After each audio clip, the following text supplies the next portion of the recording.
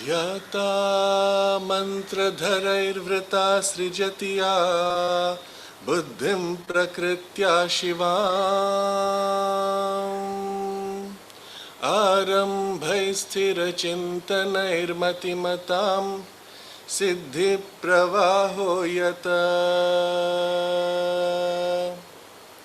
दृश्ये भ्रम्यति देशकालविवृते विश्वस्थितिर्वायया सा शक्तिर्निखिलाण्डकोटिसवितुर्व्याख्यातुनस्तत्पदम् आधानाद्वितितप्रभावविसरो विश्वस्य यो मूर्तिमान् कालं यस्य जगद्विसृष्टिकरणं कार्यार्थरूपं विदु माने हेतुरयं च भेदनिलयो देशो यदालम्बना तस्मै ध्वस्ततमो घनाय महसां ताताय तुभ्यं नमः। सत्यासत्यविवेचकः स भगवान् धर्मो विधानध्रुव कल्याणार्थकरो हरिर्जनिमतां अन्तर्विमानोद्यमी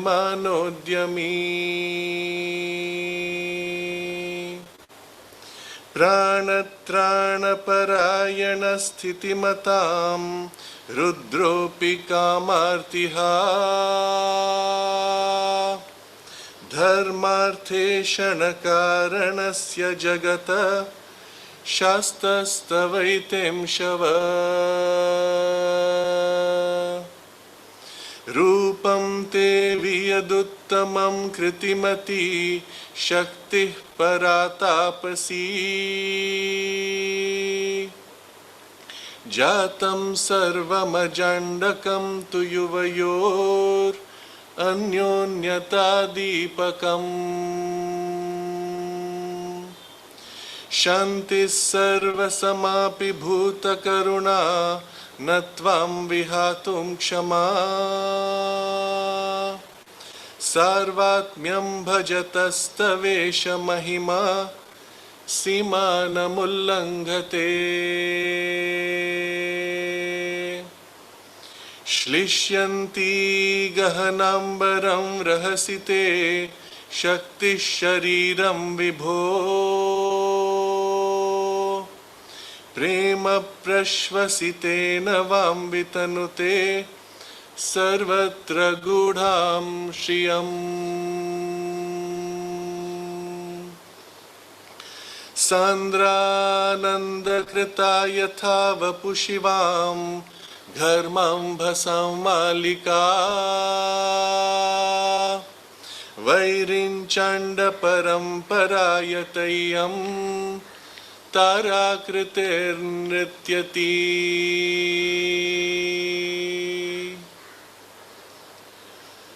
अखण्डं प्रज्ञानं जगदुदयभङ्गस्थितिगुणं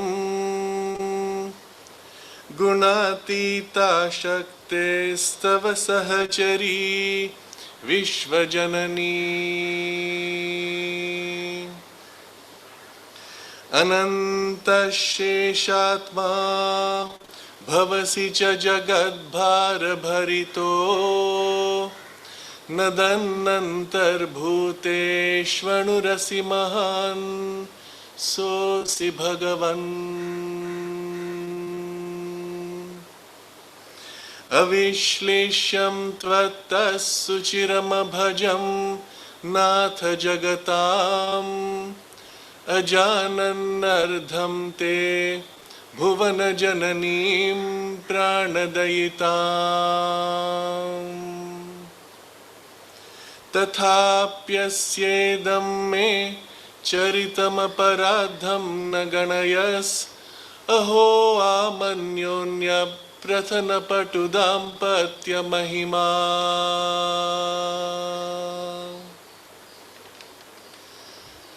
तस्मादेनं तव पदजुषं त्वत्कटाक्षोपजीव्यम् नाथ श्रीमन्कुशलकरणं साधु सन्धाय जीया सा ते सक्ता मयि तव जने बिभ्रति कार्यभारम् दृष्टिर्जीयाद्भुवनजयिनी सर्वसाम्राज्यलक्ष्मी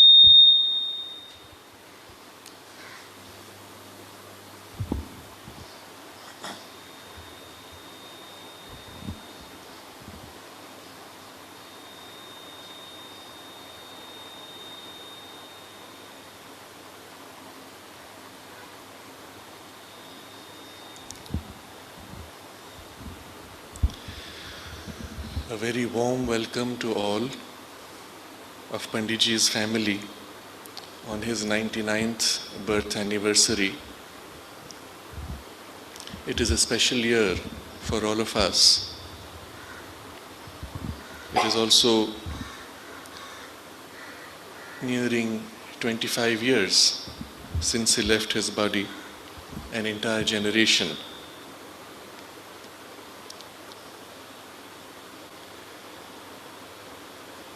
In such gatherings, we have always sought to share our love, our devotion and our gratitude to the Divine Mother, to Shri Aurobindo and to Panditji, who brought us to the Mother and Shri Aurobindo and gave us a practical living example of what it is like to follow and to practice the integral yoga of Shri Aurobindo. As one who was himself trained under the Mother's daily guidance, joining the ashram as a young man of 21, growing up in the Mother's care, as her assistant, as her secretary, and as one upon whom she depended for administrative and numerous other tasks in the ashram life and in communications with the devotees outside the ashram. He was exposed to every aspect of life, every kind of activity, and in each, within those days, one referred to the Mother for the tiniest details. She, in turn, ensured that the values that she wanted to inculcate in humanity, in the new generations, the forms of the new consciousness, were impressed upon these young people who were being trained under her. And so Panditji was one of those closest of the young who on the most practical issues of daily life was forged in the heat of the Mother's consciousness and tapas. This became the theme of his life. And as you will recall, just before he left his body, the two last lectures that he gave were on the theme of the tapas necessary for the yoga and the lack thereof generally in the community and among devotees and disciples of the Mother.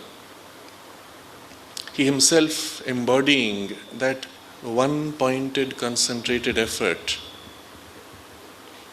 became that extraordinary being that we all knew him to be, whose single touch, a brief moment of contact, a single interaction,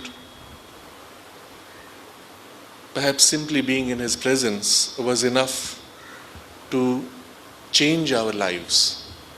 And that is why we are all here. It's an occasion when we also invite those who would like to share some of their experiences, some of their personal contact, anything they wish to share of something personal that they feel they inspired to share with the rest of the family. And I would like to begin by inviting Vinod Chandola, who also as a young man, at the same age perhaps that Panditji came to the ashram, he met the Panditji while in the US and his life was turned, and I would like to invite him to share with us whatever he feels like. Okay, he was shy perhaps.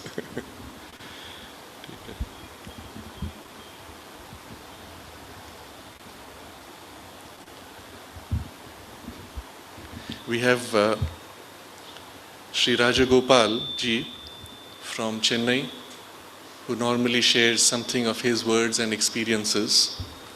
Unfortunately, this year he is unable to come for reasons of health, but in spirit he is here and he wished to share some of his words and recollections with us, which he has sent in writing.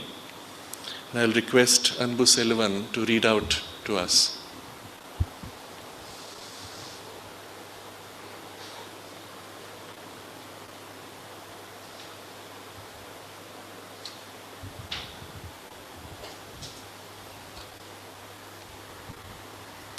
This is what I normally speak, but I am unable to come.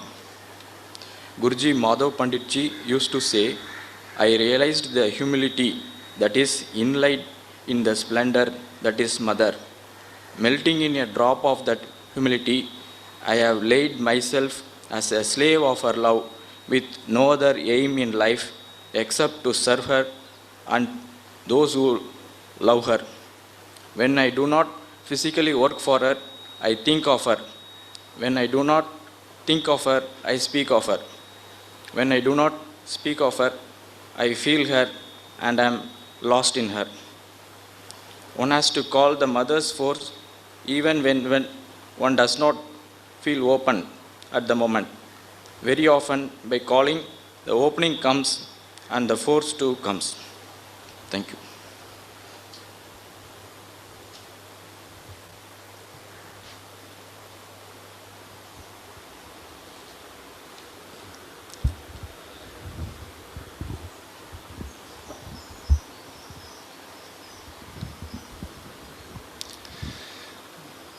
Today is also an exceptional birthday, that it is the beginning of Panditji's centenary year.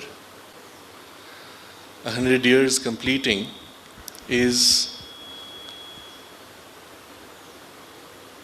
a symbol of completion, new beginning, and regeneration.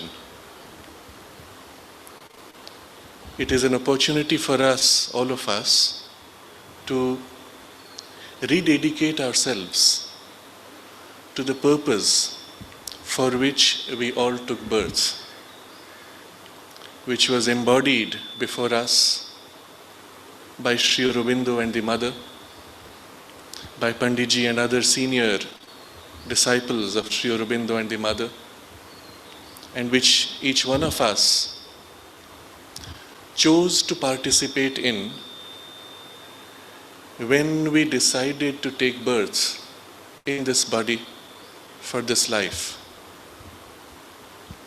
The Mother expressed this pointedly when speaking to the children in the playground.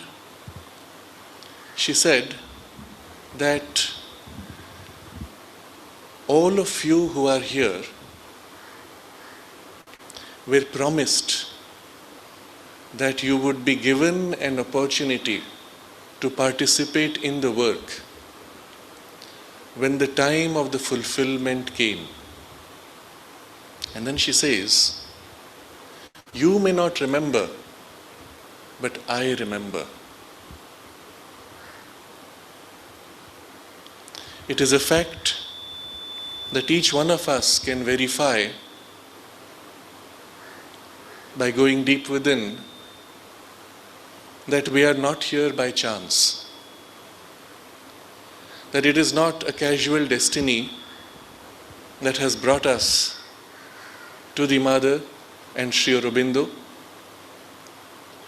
In one of his letters to Dilip Kumar Roy, Shri Aurobindo writes, long before we came in touch with each other physically, I'm paraphrasing, long before we came to know each other physically, we, meaning Shri Aurobindo and the Mother, have been following your progress in your life. That is, even before physically Dilip Kumar Roy heard of Shri Aurobindo and the Mother, before physically they met or had any contact of name or personality, Sri Aurobindo and the mother knew him, knew that he had taken birth, and were following in their universal consciousness his progress. This gives us a sense of how profoundly and intimately we are connected in our souls to the Masters. Another example that is worth sharing is when one of the disciples in the ashram passed away. A few years thereafter, the mother informed members of his family that he had taken birth, but not in these immediate environs, somewhere in another city. And a few months later, she observed, he has now entered my aura. Later on, when she physically met the child, she recognized and named him. And this again, as an example, shows us how intimately they follow our progress, not just in this life but across lives.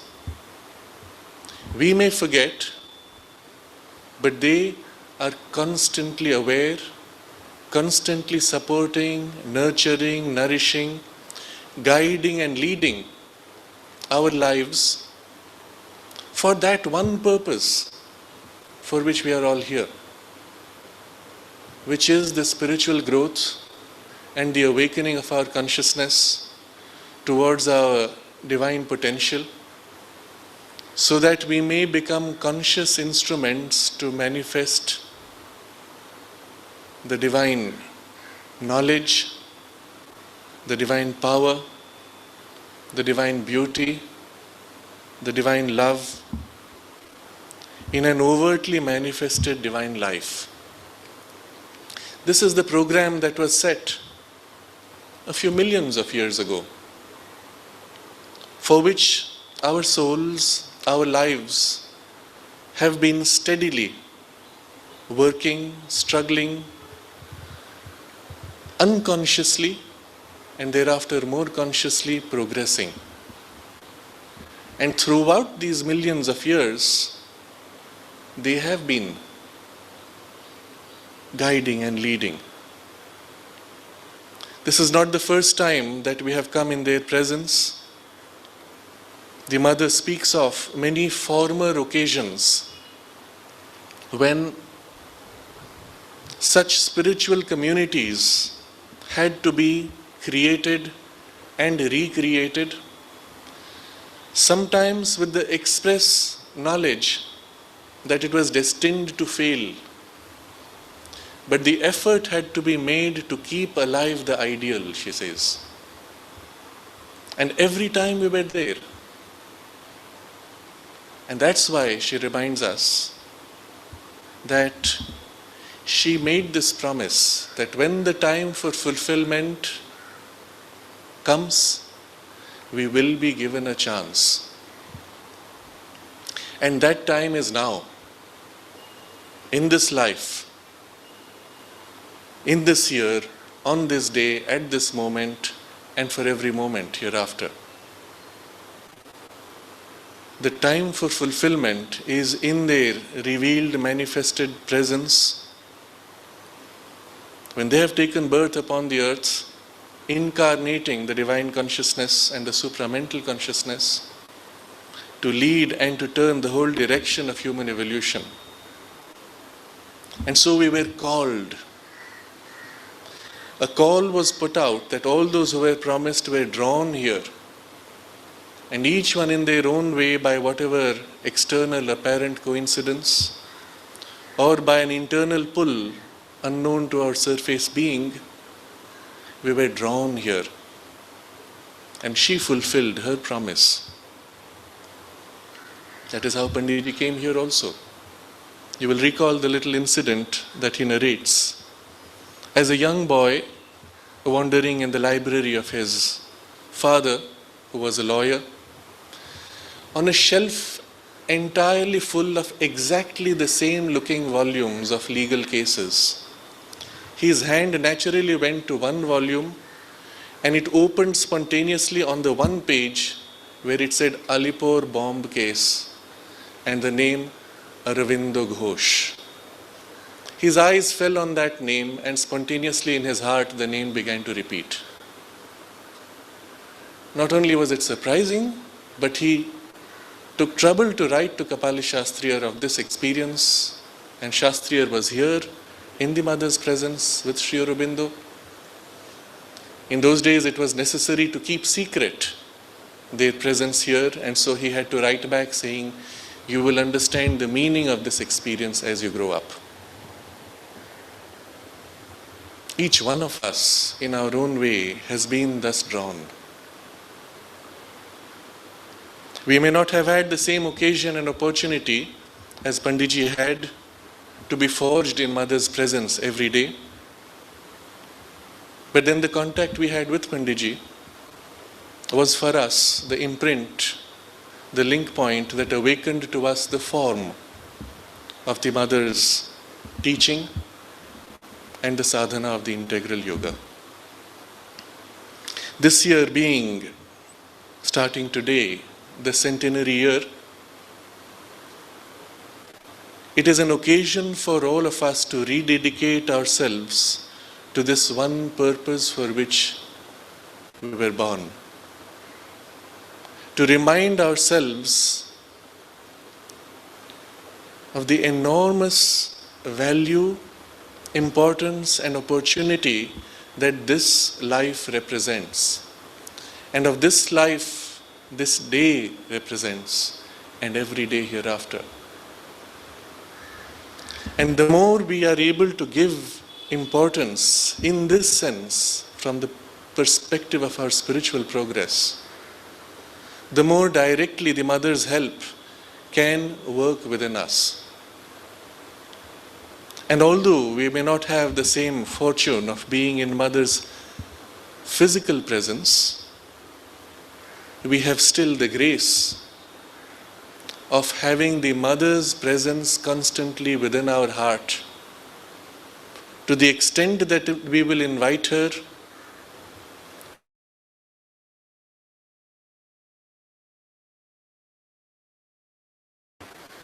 and spreads in our mind, in our life, even in our body. And she will teach us, will continue to teach us in that same way as she did to those who were with her physically. The difference, she says, is we have to make the effort to call and to listen. Everything else is exactly the same as before.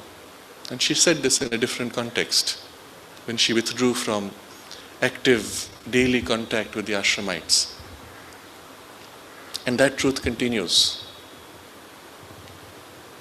Those of you who were here yesterday evening would have felt that familiar experience when Panditji spoke, and as he was reading from Savitri and commenting, spontaneously our hearts would open and the tender liquid of the psychic presence and influence begins to simply ooze out, flow out, and eventually gush forth spontaneously. And that's how he taught us what the mother taught him. That connection continues. That guidance is still as living, as concrete. And therefore, for this coming year, it will be worth it if all of us can rededicate ourselves to this single one important purpose of our lives. And it means, following the guidance he gave yesterday in the lecture, to spend a few minutes, however short, 5 minutes or 10 minutes, at least once a day, perhaps twice, perhaps 3 times, in which we concentrate in an exclusive inward turn to reconnect with the divine presence within us, and to give a chance for that presence to glow out, to flow out and to touch our most external parts and our lives. And in this way, we will begin also to follow in the paths of the conscious, concentrated sadhana, the tapas, which is necessary for the fulfillment, realization, and transformation.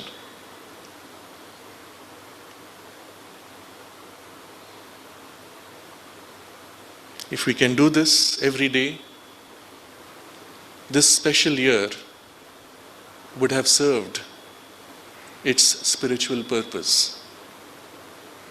And we will meet again in another year for a special program, a special gathering perhaps, as different people.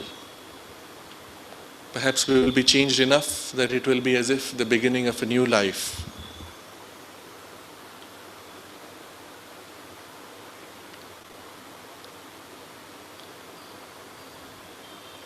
And then the opportunity and the grace that we have had of contact with Sri Aurobindo and the Mother,